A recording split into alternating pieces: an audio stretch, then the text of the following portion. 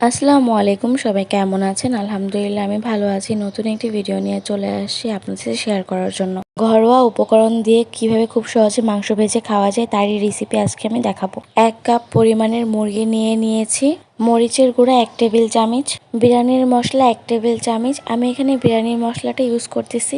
পরিমাণ মতো আদা রসুন বাটা, পরিমাণ মতো জিরা বাটা দিয়ে নিলাম, 1 টেবিল চামচ সয়া সস, স্বাদ মতো লবণ দিয়ে নিলাম, 1 প্যাকেট টমেটো সস দিয়ে নিলাম। 1 কাপ গোসের জন্য 1 প্যাকেটই ঠিক আছে, চাইলে আপনারা পরিমাণটা বাড়িয়ে নিতে পারেন। সবগুলো উপকরণ আমার দেওয়া শেষ। এবার আমি ভালো করে মিক্স করব।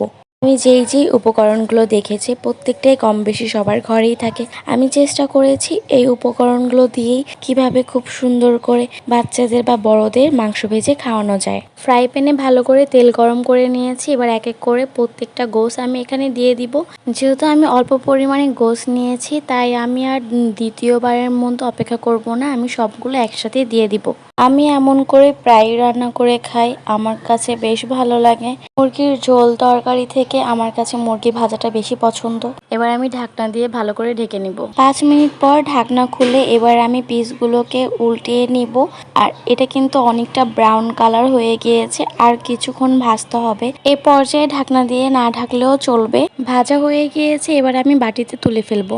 আজকের মতো ভিডিওটা এখানেই শেষ করলাম। ভালো লাগলে একটা লাইক আর শেয়ার করে দিবেন। আল্লাহ হাফেজ।